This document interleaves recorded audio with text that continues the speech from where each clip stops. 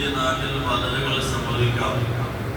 ആ ബദലുകൾ സംഭവിക്കുമ്പോൾ ഹിജ്റയുടെ രണ്ടാമത്തെ വർഷത്തിൽ റസൂലുള്ളാഹി സ്വല്ലല്ലാഹു അലൈഹി വസല്ലമ തങ്ങളും സഹാബാക്കളും വിജയിച്ചതുപോലെ ഇനിയും നമ്മൾക്ക് വിജയിക്കണമെങ്കിൽ അവർ ഏതൊരു വഴിയാണോ സ്വീകരിച്ചത് അതേ വഴിയിലൂടെ തന്നെ നമ്മൾ സഞ്ചരിച്ചാൽ മാത്രമേ രക്ഷയുള്ളൂ.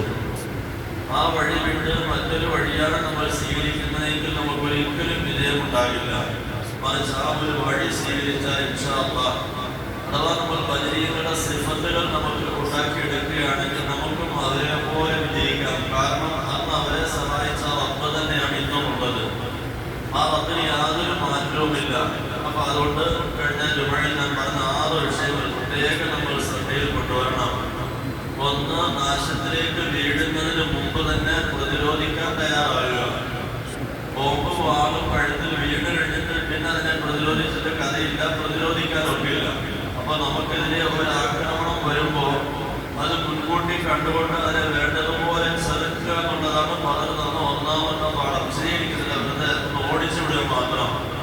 രണ്ടാമത് റസൂലുള്ളാഹി സ്വല്ലല്ലാഹു അലൈഹി വസല്ലമ തങ്ങൾ ചെയ്തത് അതൊരു ബദർ മാത്രമല്ല, നമ്മുടെ വീട്ടിലെ കാര്യത്തിൽ, നമ്മുടെ നാട്ടുകാര്യത്തിൽ, നമ്മുടെ മഹല്ല് കാര്യത്തിൽ, എല്ലാ കാര്യത്തിലും റസൂലുള്ളാഹി അലൈഹി വസല്ലമ തങ്ങൾ ചെയ്തതുപോലെ എല്ലാ കാര്യങ്ങളും കൂടി ആലോചിച്ചിട്ട് മാത്രം ചെയ്യുക.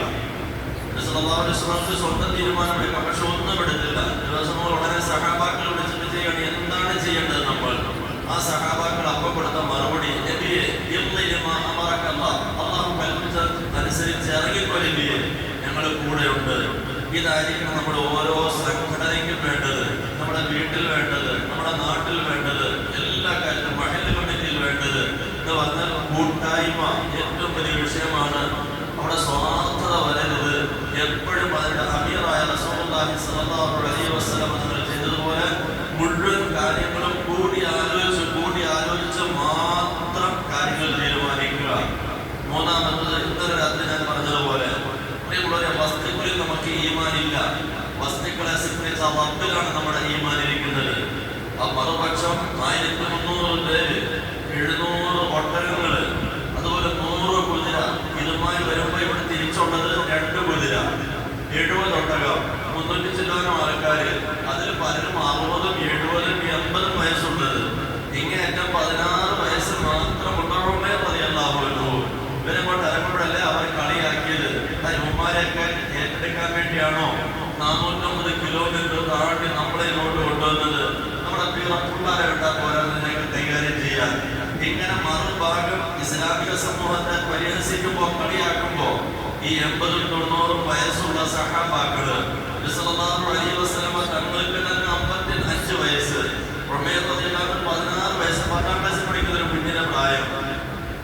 അവർ ഒറ്റ വാക്ക ഉപയോഗിച്ചത് നിങ്ങൾക്ക് അല്ലാഹു മതി. ആ ഒരു മന്ത്രവുമായിട്ട് നീങ്ങിയപ്പോ ഒരു തുച്ഛമായ 5 മണിക്കൂർ കൊണ്ടാണ് ബദർ പൂർണ്ണമായിട്ടും ഫതഹാക്കി കയ്യിൽ കൊടുത്തത്. നമുക്കുള്ള പാഠമാണ്. വസ്തുക്കൾ ഒരിക്കലും ഈമാൻ നമുക്ക് വേണ്ട. ഈ വസ്തുക്കളെയൊക്കെ കൈകാര്യം ചെയ്യുന്ന അല്ലാഹുവിനെ നമ്മളെ സ്വന്തമാക്കി എടുക്കുക. മറ്റൊന്ന്, ഹഖിന്റെ വിഷയത്തിൽ ഏത് ചെറിയ അനുയായി, ചെറിയ മെമ്പർ കാര്യം പറഞ്ഞാലും ഞാൻ പറഞ്ഞതിനെതിരെ നോൻ പറഞ്ഞാൽ ഞാൻ അംഗീകരിക്കുന്നില്ല. നിൽക്കുന്ന സ്ഥലത്തെ കുറിച്ച് പറഞ്ഞപ്പോ നമുക്ക് ഇന്നടത്തിലേക്ക് മാറാ പറയുന്നത് ആദരവായ റസൂലുള്ളാഹി സ്വല്ലല്ലാഹു അലൈഹി വസല്ലം. ഉടനെ അവിടെ നിന്നുകൊണ്ടാണ് മഹാനായ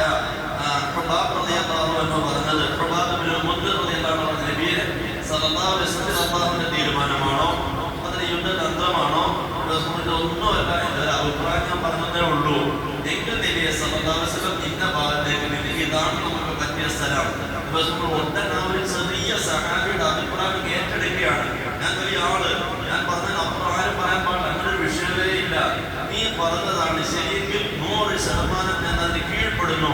ഹബീബായ നബി സല്ലല്ലാഹു അലൈഹി വസല്ലം തങ്ങൾ അനുയായികളെ എങ്ങനെയാണ് കൈകാര്യം ചെയ്യേണ്ടത് എന്ന് നമുക്ക് പഠിപ്പിച്ചു തരുന്നു. വീട്ടുകാര്യങ്ങൾ ആലോചിക്കുമ്പോ ഭാര്യ ഒരു അഭിപ്രായം പറയുമ്പോ ഞാനാണ് ഞാൻ പറഞ്ഞതിന് അപ്പുറം പറയാൻ ചോദ്യമില്ല.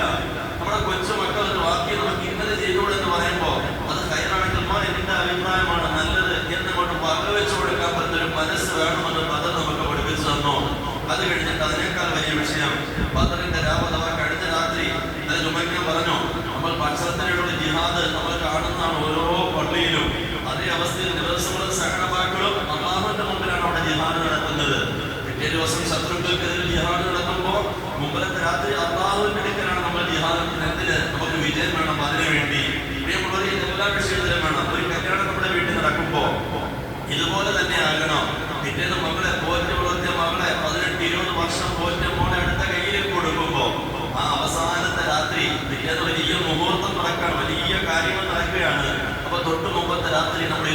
ജിഹാദ് അള്ളാഹുണ്ടെങ്കിൽ നടത്തണം. നിബിധങ്ങൾ നടത്തിയതുപോലെ സുജൂദിൽ കിടന്ന് കരച്ചിലോടെ കരച്ചില്. ആ സമയത്ത് അബൂബക്കർ സിദ്ദീഖ് റളിയല്ലാഹു അൻഹു പോലും പറഞ്ഞില്ലേ, നബിയെ മദീനയെ കരഞ്ഞത്. നമ്മുടെ കരച്ചിൽ പടച്ചോൻ കണ്ടില്ലേ? പടച്ചോൻ നമ്മളെ കൈവിടുവോ? ഇതുപോലെ നമ്മൾ നമ്മുടെ വീട്ടിലെ ഓരോ വിഷയത്തിനും രാത്രി കാര്യമായി ദുആ ചെയ്ത് റബ്ബിനെ നമ്മുടെ സ്വന്തമാക്കുക. പിന്നെ റബ്ബ് കാര്യങ്ങൾ ഏറ്റവും നടത്തിക്കൊള്ളും. അവസാനമായിട്ട് അഹങ്കാരമില്ല. എല്ലാം വിജയിച്ചു കഴിയുമ്പോൾ നമ്മുടെ ഒരു വർത്തമാനമുണ്ട്. ഞാൻ പ്രസിഡന്റ് ആയതുകൊണ്ട് ഇതൊക്കെ നടന്നു, ഞാൻ സെക്രട്ടറി ആയതുകൊണ്ട് ഇതൊക്കെ നടന്നു, എന്റെ അഭിപ്രായം സ്വീകരിച്ചുകൊണ്ട് ഇത് നടന്നു. ഇല്ല പ്രിയമുള്ളവർ, ഒന്നുമില്ല. അല്ലാഹു സുബ്ഹാനഹു വ തആല പറഞ്ഞതുപോലെ നിങ്ങൾക്ക് ഒന്നും ചെയ്തില്ല, ചെയ്തതൊക്കെ ഞാനാണ്, വിജയിപ്പിച്ചത് ഞാനാണ്. ആ രൂപത്തിൽ അഹങ്കാരമില്ലാത്തൊരു വർത്തമാനത്തിലേക്ക് നമ്മൾ നീങ്ങുക. ഇതാണ് ഇന്നലെ നമ്മൾ ജുമഅയ്ക്ക് ചർച്ച ചെയ്തത്. പ്രിയമുള്ളവരെ, ബദറിലെ ഈ വിജയത്തിന് കാരണമായത് 3 ഇടപെടലാണ് സഹാബാക്കളുടേത്. ഒന്ന് ഫത്തഖുല്ലാഹ്, അല്ലാഹുവിനെ ഭയന്ന് ജീവിച്ചു. ജീവിതം മുഴുവൻ അല്ലാഹുവിനെ ഭയന്ന് ജീവിച്ചു. നമുക്കെങ്ങനെ ആൾക്കാരുടെ മുമ്പിൽ അല്ലാഹുവിനെ ഭയമാണ്, ക്യാമറയുടെ മുന്നിൽ അല്ലാഹുവിനെ ഭയമാണ്, നമ്മുടെ സ്വകാര്യതയിൽ വരുമ്പോൾ നമുക്ക് അല്ലാഹുവിനെ ഭയമില്ല. അങ്ങനെയാണെങ്കിൽ അല്ലാഹുവിന്റെ സഹായം ഉണ്ടാകുകയില്ല. രണ്ടാമത് നിങ്ങളുടെ ഇടയിൽ നല്ല സുരക്ഷ വേണം. ഒരാളോടും പിണങ്ങരുത്. അതായത് 2 ദിവസത്തിന് മുമ്പ് നമ്മുടെ കാര്യങ്ങൾ പറഞ്ഞിരുന്നു. നമ്മൾ ഓരോ ദിവസവും രാത്രി ഒന്ന് ആലോചിക്കേണ്ട വിഷയമാണ്, ഇന്ന് എന്റെ മനസ്സിൽ ആരോടെങ്കിലും പകയുണ്ടോ? ആരോടെങ്കിലും പകയുണ്ടോ? എന്തിനാ പ്രിയമുള്ളവരെ പക വെക്കുന്നത്? ഒരു ചെറിയ സംഭവം പറയാം. ഒരു സന്ദർഭത്തില് ഒരു ജ്യേഷ്ഠനും അനുജനും കൂടി ഒരു ടൗണില് ശക്തമായ അടി നടക്കുന്നു. ജ്യേഷ്ഠനെ അനുജൻ ഇടിച്ച് ഒരു മൂലയിലാക്കുന്നു. ജ്യേഷ്ഠന്റെ ഷോപ്പില് ഒരു മൂലയിൽ ഒതുക്കുന്നു. ആ പാവം ജ്യേഷ്ഠൻ അടിയൊക്കെ കൊണ്ട് അവിടെ എഴുന്നേറ്റ് വന്നു. അനുജൻ നല്ല അഹങ്കാരിയായ നല്ല മുമ്പുള്ള മനുഷ്യൻ ഇറങ്ങി അവൻ പോയി. ആ ജ്യേഷ്ഠൻ കേസിന് പോലും പോയില്ല. തുച്ഛമായ ദിവസം കഴിയുമ്പോ എന്റെ കണ്ണുകൊണ്ട് ഞാൻ കണ്ടതാണ്. ഈ അനുജൻ എന്ത് ചെയ്യുന്നു? നല്ല തൊട്ടടുത്താണ് ഈ അനുജന്റെ കട. അനുജൻ പെട്ടെന്ന് അറ്റാക്ക് വരുന്നു. ആ അനുജന്റെ കടയുടെ മൂലയ്ക്ക് നിന്ന് നിപ്പിൽ ആൾ മറിഞ്ഞ് ചരിയുന്നു. ആ മൂലയ്ക്ക് ഇങ്ങനെ ഞെരുങ്ങി കിടക്കുന്ന സമയത്ത് ഇടികൊണ്ട ജ്യേഷ്ഠനാണ് ഒരു സോഡയും വാങ്ങി ഓടി വന്ന് അനുജന്റെ വായിൽ ഒഴിച്ചു കൊടുക്കുന്നത്. ആ അനുജന്റെ മാനസികാവസ്ഥ എങ്ങനെയാകും? ഞാൻ ഇടികൊടുത്ത ജ്യേഷ്ഠൻ, ഒരു മൂലയ്ക്ക് ചവിട്ടിക്കൂട്ടിയ ജ്യേഷ്ഠൻ, ആ ജ്യേഷ്ഠനിലേക്ക് അവസാനമായി വെള്ളം തരുമ്പോ ആ വെള്ളം കുടിക്കേണ്ട ഗതികേട് എനിക്ക് വന്നല്ലോ. അല്ലാണ്ട് മിനിറ്റുകൾക്കകം ഈ അനുജൻ ഹോസ്പിറ്റലിലേക്ക് ഞാൻ ഉൾപ്പെടെ ഹോസ്പിറ്റലിൽ കൊണ്ടുവന്നു. ആ ഹോസ്പിറ്റലിൽ ആള് മരിക്കുകയും ചെയ്യുന്നു. ആലോചിച്ചോ, ഈ പക എവിടെ എത്തി? അവസാനം ആരുടെ കയ്യിൽ നിന്ന് നമ്മൾ വെള്ളം കുടിക്കേണ്ടി വന്നത്? ആരുടെ കയ്യിൽ നിന്ന്? എന്തിനാ പ്രിയമുള്ളവരെ പക? ദുനിയാവിലെ ഒരു മനുഷ്യനോട് പക വേണ്ട. പരിശുദ്ധ റമദാനാണ്, ബദർ ദിനമാണ്. നമ്മൾക്ക് അല്ലാഹു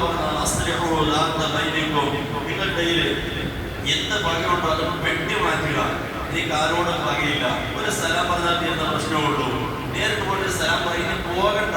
ഫോൺ എടുത്ത് നമ്മൾ സലാം പറയും. അസ്സലാമു അലൈക്കും വറഹ്മത്തുള്ളാഹി. പരിശുദ്ധ റമദാനാണ്, ബദർ ദിനമാണ്. നിങ്ങൾ ഞാൻ തമ്മിൽ പല പ്രശ്നങ്ങളുണ്ടെങ്കിലല്ല, നമ്മൾ തമ്മിൽ പല പ്രശ്നങ്ങളുണ്ട്. പൊരുത്തപ്പെട്ടേക്കണം. കാരണം നമ്മളൊക്കെ നാളെ മരിച്ചു പോകുന്നവരാ.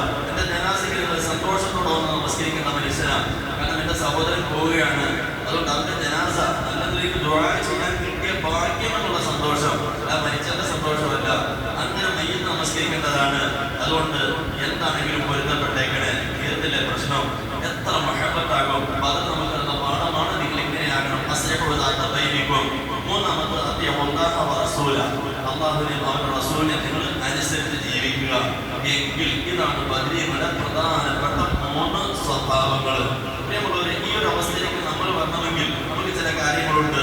അതും ഈ ബദറുമായി ബന്ധപ്പെട്ടുള്ള ആയത്തുകളിലൂടെ നമുക്ക് മനസ്സിലാക്കി തരുന്നുണ്ട്. ഒന്ന്, അള്ളാഹുവിനെ കുറിച്ച് കേൾക്കുമ്പോൾ നമ്മുടെ ഹൃദയത്തിന് ഭയം ഉണ്ടാകണം. ഞാൻ പറയാൻ ഉദ്ദേശിച്ച വിഷയം ഇതൊക്കെ ഇതിനെ കഴിഞ്ഞ ദിവസത്തെ ജുമഅയിലും മറ്റുമായിട്ട് ഞാൻ പറഞ്ഞു പോയ വിഷയമാണ്.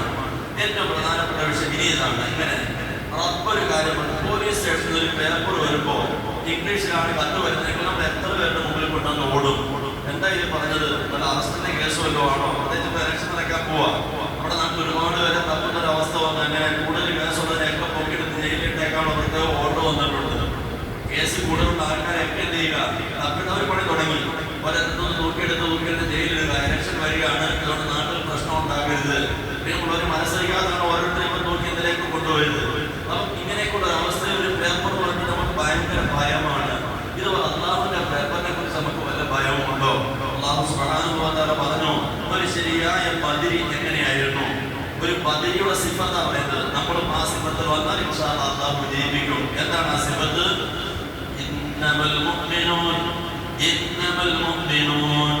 الذين إذا ذكر الله وجلت قلوبهم وإذا تليت عليهم آياته زادتهم إيمانا وعلى ربهم يتوكلون. إنما المؤمنون ആരാണ് ശരിയായ വിശ്വാസി, ശരിയായ ബദരിയുടെ ഗുണം പറയുക? ഇദാ ദുഃഖിറ അല്ലാഹ്, അല്ലാഹുവിനെ കുറിച്ച് അവരോട് പറയപ്പെട്ട് കഴിഞ്ഞാൽ വജലത്ത് ഖുലൂബുഹും, അവരുടെ ഹൃദയത്തിൽ ഒരു കടപ്പുണ്ടാകും. എന്റെ റബ്ബാ പറഞ്ഞത്, എന്റെ റബ്ബാ പറഞ്ഞത്, ആ റബ്ബ് പറഞ്ഞത് കേൾക്കണം. കാരണം ഈ ശരീരത്തിന്റെ ഫുൾ കൺട്രോൾ ആ റബ്ബിന്റെ കയ്യിലാണ്. ഇന്ന് ഞാൻ ഇങ്ങനെ നിൽക്കുന്നു എങ്കിൽ ഇന്നത്തെ മോഹത്തിനെ ഏതെങ്കിലും ഹോസ്പിറ്റലിൽ ഐശ്വര്യാക്കാൻ അല്ലാഹുവിന് ഒരു പ്രശ്നവുമില്ല. ഇന്നെന്റെ കയ്യും കാലും നേരെ ഇരിക്കണമെങ്കിൽ പ്രിയമുള്ളവരെ അടുത്ത സെക്കൻഡിൽ ഈ കയ്യും കാലും പീസുകളാക്കാൻ അല്ലാഹുവിന് യാതൊരു വിഷമവുമില്ല. റോഡിലേക്ക് കൊണ്ട് ഇറങ്ങിയാൽ മാത്രം മതി. ഇത്രയേ ഉള്ളൂ എന്റെ റബ്ബ്. അതിന്റെ ഫുൾ കൺട്രോൾ അല്ലാഹുവിന്റെ കയ്യിലാണ്. ഞാനിപ്പോ സുഖമായി ശ്വാസപ്പെടുന്നു. ഈ സന്ദർഭത്തിൽ എനിക്ക് ചെറിയ ഒരല്പം തിന്ന ഭക്ഷണത്തിന്റെ ഒരു കൊഴുപ്പ്, എല്ല് കഷ്ണമൊന്നും വേണ്ട, ഇരുമ്പ് കഷ്ണം വേണ്ട, അലൂമിനിയം കഷ്ണം വേണ്ട, തിന്ന ഭക്ഷണത്തിന്റെ ഒരല്പം കൊഴുപ്പ് ഓടുന്ന നരമ്പിനിടയിൽ എവിടെയോ ഒന്ന് അടിഞ്ഞാൽ മതി, ഒന്നടിഞ്ഞാൽ മതി. അതിനുള്ളൊരു കഥ കഴിഞ്ഞു. ഉടൻ പറയും അറ്റാക്കാണ്. ഇന്ന് വൈകുന്നേരത്തിനകം ഏതാണ്ട് 2 ലക്ഷം 2.5 ലക്ഷം രൂപ എന്റെ കയ്യിൽ എടുക്കേണ്ട ഗതികേടിലേക്ക് ഞാൻ നീങ്ങും. എന്തിന്റെ അഹങ്കാരം പ്രിയമുള്ളവരെ നമുക്ക്, എന്തിന്റെ അഹങ്കാരം നമുക്കുള്ളത്? ഇപ്പൊ ഓരോ സാധനത്തെ നമ്മൾ ആലോചിച്ച് നോക്കുക. എന്താ നമ്മൾ തന്നത്? നമ്മളിപ്പോ എത്ര സുഖകരമായി, ഞാൻ ഈ സംസാരത്തിൽ എത്ര പ്രാവശ്യം ശ്വാസം വിട്ടു. എന്റെ ശ്വാസകോശം നല്ല ഫിറ്റ് ആയതുകൊണ്ടല്ലേ. നേരെ മനസ്സിൽ ചെറിയ കംപ്ലൈന്റ് ഉണ്ട് എങ്കിൽ നമുക്കിങ്ങനെ ശ്വാസം എടുക്കാൻ ഒക്കുമോ? എത്ര മനുഷ്യരാണ് നമ്മുടെ വീട്ടില് 65,000-ൻ്റെത്, ചിലതല്ല 1,40,000-ന്റെ മെഷീൻ ഫിറ്റ് ചെയ്ത് ഉറങ്ങാൻ സമയം പോയി ചെറിയ കുഴലെടുത്ത് മൂക്കിൽ വിട്ട് ചെറിയൊരു ട്യൂബ് മൂക്കിൽ വെച്ചിട്ട് എങ്ങനെ കിടന്ന് ഉറങ്ങാൻ നേരം വിളിക്കുമ്പോൾ അല്ലാതെ അവർക്ക് ഉറങ്ങാൻ ഒക്കുന്നില്ല. സൈലന്റ് അറ്റാക്ക് വന്നു പോകും, അറിയാതെ മരണത്തിലേക്ക് നീങ്ങി പോകും. എത്ര മനുഷ്യരാ വീട്ടിൽ ഐസിയു ആക്കിയിട്ട് അങ്ങനെ കഴിയുന്നതിന് പുറത്ത് വണ്ടിയിൽ ഓടുന്നുണ്ട്, എല്ലാം ഉണ്ട്. പകല് പ്രശ്നമില്ല, പക്ഷെ രാത്രി കിടക്കുമ്പോൾ പ്രശ്നമാണ്. അല്ലാഹു തന്നെയാണ് എത്രയാ. അല്ലാഹു സുബ്ഹാനഹു വ തആല ഒരു മുഅ്മിൻ എന്ന് പറയുമ്പോൾ ഇദാ ദുഃഖിറ അല്ലാഹ്, അല്ലാഹുവിനെ കുറിച്ച് അവരോട് പറയപ്പെട്ട് കഴിയുമ്പോൾ വജലത്ത് ഖുലൂബുഹും, അവരുടെ ഹൃദയത്തിൽ ഒരു കടപ്പാണ്. എന്റെ റബ്ബ് പറഞ്ഞതല്ലേ ഞാൻ അനുസരിക്കുന്നുണ്ടോ? എന്റെ റബ്ബിനോട് ഞാൻ നന്ദികേട് കാണിക്കുന്നതാണോ? നമ്മുടെ കടയിൽ വരുന്ന സ്റ്റാഫ് 3 ദിവസം 10 മിനിറ്റ് താമസിച്ചാൽ പോലെ നടപടി നമ്മൾ സ്വീകരിക്കില്ലേ? രാവിലെ 9 മണിക്ക് നമ്മുടെ കട തുറക്കുന്നു. ഇന്ന് വന്ന സ്റ്റാഫ് നാളെ വരുമ്പോ അവൻ 9:10 ആയി. നമ്മൾ ഒന്നും നോക്കും, ഒന്നും മിണ്ടില്ല. അടുത്ത ദിവസം വന്നപ്പോ വീണ്ടും 9:15 ആയി. എന്തിനു വന്നതാണ്? ഒരു ചോദ്യം ചോദിക്കും. സൂക്ഷിക്കണം, രണ്ടാമത്തെ കഴിഞ്ഞു. ചിലപ്പോ മുൻപേ നോക്കിയിട്ട് വന്നതാകും. അല്ലെങ്കിൽ വാപ്പയെ കുളിപ്പിച്ചതിന് ശേഷം അവന് വരാൻ സാധിക്കൂ. അങ്ങനെ വാപ്പയൊക്കെ കുളിപ്പിച്ച് അടുത്ത് വലിയൊരു സുലഭത്തിൽ കഴിഞ്ഞ് വന്നതാകും. നമ്മുടെ മുന്നിൽ താമസം 15 മിനിറ്റ് ആണ്. അടുത്ത ദിവസം 10 മിനിറ്റ് താമസിച്ചു. വരുമ്പോ തന്നെ പറയും 2 ദിവസം ശമ്പളം എന്നാ കയ്യിലേക്കിട്ട്, എനിക്ക് പറ്റിയ കടയല്ല ഇത്, ഇനി അടുത്തൊരു ഷോപ്പ് നോക്ക് എന്ന് പറഞ്ഞ് നമ്മൾ പറഞ്ഞു വിടുമെങ്കിൽ പ്രിയമുള്ളവരെ, ഉടമസ്ഥനായ റബ്ബ് ഇതുപോലെ നമുക്ക് പലതിനും സമയം നിശ്ചയിച്ചു തന്നു. ആ സമയത്ത് നമ്മൾക്ക് ഒരുപാട് ലേറ്റ് ആയിട്ടുണ്ട്. ഈ ഒരു നിലപാട് നമ്മളുടെ അല്ലാഹു സ്വീകരിച്ചിരുന്നു എങ്കിൽ ഇത് നമ്മൾ എവിടെ കിടക്കണമായിരുന്നു? നമ്മൾ എവിടെ കിടക്കണമായിരുന്നു? നമ്മൾ മൂത്രം ഒഴിച്ചതിന് നമ്മളൊരു നന്ദി പറഞ്ഞോ? ഇന്ന് നമ്മുടെ ഇടയത്താഴം കഴിഞ്ഞ് എല്ലാവരും ടോയ്ലറ്റിൽ പോയിട്ട് ഇറങ്ങി വന്നവരാ. എത്ര പേരാ പറഞ്ഞത് അൽഹംദുലില്ലാഹ്, അച്ഛനെ നന്ദി കെട്ടവനാ, പുറത്ത് തരണേ, അൽഹംദുലില്ലാഹ്, ഈ സൗകര്യം തന്നതിന് സർവസ്വം നിനക്കാം. പറയാത്തവൻ അടുത്ത സെക്കൻഡിൽ അല്ലാഹു തീരുമാനിച്ചു ഇനി നീ മൂത്രം ഒഴിക്കണ്ടാടാ. ഒരു തീരുമാനമെടുത്താൽ നമ്മൾക്ക് വലിയ ട്യൂബ് വിട്ടിട്ട് നടക്കേണ്ടി വന്നേനെ. ആലോചിച്ച് നോക്കാം അല്ലാഹുവിന്റെ അവസ്ഥ. അല്ലാഹുവിനെ കുറിച്ച് കേൾക്കുമ്പോ വജലത്ത് ഖുലൂബുഹും, അവരുടെ ഹൃദയങ്ങൾ പിടയ്ക്കും. വഇദാ തുലിയത് അലൈഹിം ആയാതു, അല്ലാഹുവിന്റെ ആയത്തുകൾ ഓതപ്പെട്ട് കഴിയുമ്പോ സാദത്തുഹും ഈമാന, അവരുടെ ഈമാൻ വല്ലാതെ വർദ്ധിക്കും. ബദറിലേക്ക് സഹാബാക്കൾ പോകാൻ പറഞ്ഞപ്പോ അവരിൽ ഒന്നിൽ ഓരോ കുഞ്ഞമ്മാള് മാത്രമേ ഉള്ളൂ. അവർ പറഞ്ഞവർ ആയുധമെടുത്തത് ഹസ്ബുനല്ലാഹ്, ഹസ്ബുനല്ലാഹ്, ഞങ്ങൾക്ക് അല്ലാഹു മതി, ഞങ്ങൾക്ക് അല്ലാഹു മതി. ഇതിപ്പോൾ അവരങ്ങനെ ചാടി ഈ ഒരു അവസ്ഥയിലേക്ക് വരും. ഈ സഹാബത്തിന്റെ അവസ്ഥ നമുക്ക് വരണം. ആയത്തുകൾ ഓതപ്പെടുമ്പോ അവരുടെ ഈമാൻ വർദ്ധിക്കും. അവർ റബ്ബിലേക്ക് അവർ തവക്കുലാക്കും. ഇബ്രാഹിം നബി അലൈഹിസ്സലാമിനെ തീക്കൂട്ടത്തിലേക്ക് വലിച്ചെറിയാൻ വേണ്ടി കൊണ്ടുപോവുക. ആ സമയത്ത് ഇബ്രാഹിം നബി അലൈഹിസ്സലാം ചിരിച്ചുകൊണ്ടാ പോകുന്നത്. ഹസ്ബുനല്ലാഹു വ നിഅമൽ വകീൽ. ബദരീകൾ പറഞ്ഞ അതേ വാക്കായി ഇബ്രാഹിം നബി പറഞ്ഞത്. എന്താ പറഞ്ഞത്? അല്ലാഹുവേ, നിന്റെ ഇഷ്ടം തീക്കാത്തിട്ട് കരിക്കലാണെങ്കിൽ കരിച്ചോറത്തെ എനിക്ക് ഷഹാദത്തിന്റെ കൂലി കിട്ടും. അതല്ല എനിക്ക് കരിക്കലല്ല ഉദ്ദേശമെങ്കിൽ ഇൻഷാ അല്ലാഹ് നിന്റെ ദീനിന് വേണ്ടി ഞാൻ ഖിദ്മത്ത് എടുക്കും. ആ സമയത്ത് ജിബ്രീൽ അലൈഹിസ്സലാം വന്ന് ചോദിക്കുന്നത് ഞാൻ എന്ത് സഹായമാണ് ചെയ്യേണ്ടത്? ഇബ്രാഹിം നബി അലൈഹിസ്സലാം പറഞ്ഞു നിന്റെ ഒരു സഹായം എനിക്ക് വേണ്ട, നിന്നെ പടച്ച റബ്ബ് എന്റെ ആളാണ്, ആ റബ്ബ് എന്നെ സഹായിച്ചോളും എന്ന് പറഞ്ഞെങ്കിൽ ഇതേപോലെ തവക്കുലിന്റെ ഭാഗത്തേക്ക് നമ്മൾ വരണം. രണ്ടാമത് ബദരീങ്ങളുടെ സ്വഭാവം നമസ്കാരത്തിന്റെ കാര്യത്തിൽ അവരൊരു ഇഞ്ച് വിട്ടുവീഴ്ചയ്ക്ക് തയ്യാറായില്ല. മൂന്നാമത്തെ ബദരീങ്ങളുടെ സ്വഭാവം അള്ളാഹു അവരുടെ കയ്യിലേക്ക് കൊടുക്കുന്നു, അതിൽ അവർ ചെലവഴിച്ചുകൊണ്ടേയിരിക്കുന്നു. ഭാര്യയ്ക്ക് കൊടുക്കുന്നത്, മക്കൾക്ക് കൊടുക്കുന്നത് അതും സദഖയാണ്. നല്ല മനസ്സോടെ കൊടുക്കുക. അതല്ലാതെ എന്തിനും കയറിക്കുന്ന ചൂടാകുന്ന സ്വഭാവം നമുക്ക് വരരുത്. നമ്മുടെ ഭാര്യയ്ക്ക് കൊടുക്കുന്ന ചെലവ് അത് സദഖയാണ്, മക്കൾക്ക് കൊടുക്കുന്ന ചെലവ് സദഖയാണ്, ആർക്കെങ്കിലും കൊടുക്കുന്ന ദാനം സദഖയാണ്. അങ്ങനെ നിനക്ക് കിട്ടുന്ന ചെലവഴിച്ചുകൊണ്ടിരിക്കുക. ഇതിനിടയിൽ മനുഷ്യനാണ് ബദരീങ്ങളുടെ അടുത്ത ഗുണം, തെറ്റ് വന്നു പോകും. മനുഷ്യനാണ്, തെറ്റ് വന്നു പോകും. അപ്പോൾ എന്ത് ചെയ്യണം? അവരുടെ ജീവിതത്തിൽ എന്തെങ്കിലും തെറ്റുകൾ സംഭവിച്ചു പോയാൽ ശരീരത്തോട് അക്രമം കാണിച്ചു. നമ്മൾ ആരും പരിശുദ്ധനല്ല. അതിനെ കെട്ടിട്ട് ഇമാമായിട്ട് നിൽക്കണോ പറഞ്ഞ് ഞാൻ പരിശുദ്ധനല്ല. ജീവിതത്തിൽ ഒരുപാട് തെറ്റുകൾ എനിക്ക് സംഭവിക്കും. അതുപോലെ തന്നെ ഓരോ മനുഷ്യനും തെറ്റുകൾ സംഭവിക്കും. എന്താ ചെയ്യേണ്ടത്? ഇവിടെയാണ് നമ്മൾ ബദരീങ്ങളിലേക്ക് വരുന്നത്. എങ്ങനെ? എന്തെങ്കിലും ഒരു തെറ്റ് സംഭവിച്ചു പോയാൽ ശരീരത്തോട് അക്രമം കാണിച്ചു പോയാൽ ഉടനെ അള്ളാഹുവിനെ ഓർത്തു. അള്ളാഹുവേ, നീ തന്ന കണ്ണുകൊണ്ടാണ് റബ്ബേ ഞാൻ ഈ തോന്നിവാസം കാണിച്ചത്. നീ തന്ന നാക്കുകൊണ്ടാണ് റബ്ബേ ഞാൻ ഈ തെമ്മാടിത്തരം കാണിച്ചു പോയത്, ഞാൻ അഹങ്കരിച്ചു പോയത്. അള്ളാഹുവേ, നീ തന്ന ബുദ്ധി അതൊന്ന് തിരിഞ്ഞുവെങ്കിൽ ഞാൻ ഭ്രാന്തനെതിരെ ജനങ്ങൾ വിളിച്ചേനെ. അത് വെച്ചാണ് ഞാൻ ഒരുത്തരം തകർക്കാനുള്ള കുതന്ത്രം നിലഞ്ഞു പോയത്. അള്ളാഹുവിനെ പെട്ടെന്ന് ഓർക്കുന്നു. അവര് ചെയ്ത തെറ്റിൽ അവർ നിൽക്കുന്നില്ല. ഉടനെ അവിടുന്ന് ചാടി, ഇല്ല ഞാനിത് ചെയ്യില്ല, ഞാനിത് ചെയ്തില്ല. മാപ്പ് ചോദിക്കേണ്ടതാണോ? പോയി മാപ്പ് ചോദിച്ചു. ഓർക്കണേ, ഞാൻ അബദ്ധം പറ്റിപ്പോയി. പറയാൻ പറ്റുന്നാണെങ്കിൽ പറയുക, അല്ലെങ്കിൽ പറയണ്ട, പറയാതെ പറയാം. ഞാൻ നിങ്ങൾക്ക് പലതും ചെയ്തു പോയിട്ടുണ്ട്, മാപ്പാക്കിയേക്കണേ. അവർ കാര്യങ്ങൾ വ്യക്തമായി ബോധ്യപ്പെട്ടവരാണ്. സൂറത്ത് ആൽ ഇംറാൻ 135. ബദർ സന്ദേശം തൽക്കാലം നിർത്തട്ടെ. ഇതിലൂടെ നമുക്ക് കിട്ടുന്ന 3 ഗുണങ്ങളാണ്. ബദർ സഹാബാക്കളുടെ സ്വഭാവം നമുക്ക് വന്നാൽ നമുക്ക് കിട്ടുന്ന 3 ഗുണങ്ങൾ. ഉലൈക ഹുമുൽ മുഅ്മിനൂന ഹഖ്ഖൻ ലഹും ദറജാതുൻ ഇൻദ റബ്ബിഹിം വമഗ്ഫിറതുൻ വറിസ്ഖുൻ കരീം. ബദരീങ്ങൾക്ക് അല്ലാഹു കൊടുത്തത് ഇൻഷാ അല്ലാഹ് നമുക്ക് കിട്ടും. എന്താ പറഞ്ഞത്? ഉലൈക ഹുമുൽ മുഅ്മിനൂന ഹഖ്ഖൻ. ബദരീന്റെ സ്വഭാവം, ഈ സ്വഭാവം നമുക്ക് വന്നുവെങ്കിൽ നമ്മളാണ് ഹഖ്ഖായ മുഅ്മിൻ, നമ്മളാണ് ശരിയായ മുഅ്മിൻ. ലഹും ദറജാതുൻ ഇൻദ റബ്ബിഹിം. നമുക്ക് കിട്ടുന്ന 3 ഗുണം. 1, ലഹും ദറജാതുൻ ഇൻദ റബ്ബിഹിം. അവരുടെ റബ്ബിന്റെ അടുക്കൽ അവർക്ക് വലിയ സ്ഥാനങ്ങളാണ് കിട്ടാൻ പോകുന്നത്. ഇവിടെ വലിയ ആനക്കാരൊന്നും നമ്മൾ ചെയ്തില്ല, നമ്മൾ എവിടേക്ക് യുദ്ധത്തിന് പോയിട്ടില്ല. പക്ഷെ ബദരീങ്ങളുടെ ഈ ഗുണം നമ്മുടെ ശരീരത്തിൽ ഉണ്ടാക്കിയെടുത്തു, നമ്മുടെ മനസ്സിൽ ഉണ്ടാക്കിയെടുത്തു എങ്കിൽ അവരുടെ റബ്ബിന്റെ അടുക്കൽ അവർക്ക് വലിയ സ്ഥാനം കിട്ടും. മനുഷ്യർക്ക് ചിലപ്പോൾ നമുക്ക് ഇങ്ങനെ കിട്ടും. ആൾക്കാർ നമ്മളെ ആക്ഷേപിക്കും, അവൻ ഇപ്പോഴും നടക്കുക ഇങ്ങനെ എന്നൊക്കെ പറയും. അവരെന്തോ പറഞ്ഞോട്ടെ, റബ്ബിന്റെ അടുക്കൽ അവർക്ക് വലിയ ദറജ കിട്ടും. അവർക്ക് പാപമോചനം കിട്ടും. അവസാനത്താണ് ഏറ്റവും വലുത് മാന്യമായ അല്ലാഹു നിങ്ങൾക്ക് തരുന്നതാണ് എന്ന് പറഞ്ഞാൽ നമ്മുടെ ജീവിതത്തിൽ എന്തെല്ലാം ആവശ്യമുണ്ടോ ആവശ്യമുള്ളതെല്ലാം അല്ലാഹു സുബ്ഹാനഹു വ തആല തന്ന് അനുഗ്രഹിക്കുമെന്ന് സൂറത്തുൽ അൻഫാൽ 4-ാമത്തെ ആയത്ത്. ഇതിനൊക്കെ വലിയ ഓഫർ ഇനി ആരാ തരേണ്ടത്? സൂറത്തുൽ അൻഫാൽ 4-ാമത്തെ ആയത്ത്. അതുകൊണ്ട് ഇൻഷാ അല്ലാഹ് നമ്മൾ ഓരോരുത്തരും ഈ ബദർ ദിനത്തിൽ ഒരു ബദരിയാകാൻ ശ്രമിക്കുക, ഒരു ബദരിയാകാൻ ശ്രമിക്കുക. അല്ലാഹു സുബ്ഹാനഹു വ തആല അതിനുള്ള തൗഫീഖ് നമുക്ക് എല്ലാവർക്കും നൽകി അനുഗ്രഹിക്കുമാറാകട്ടെ.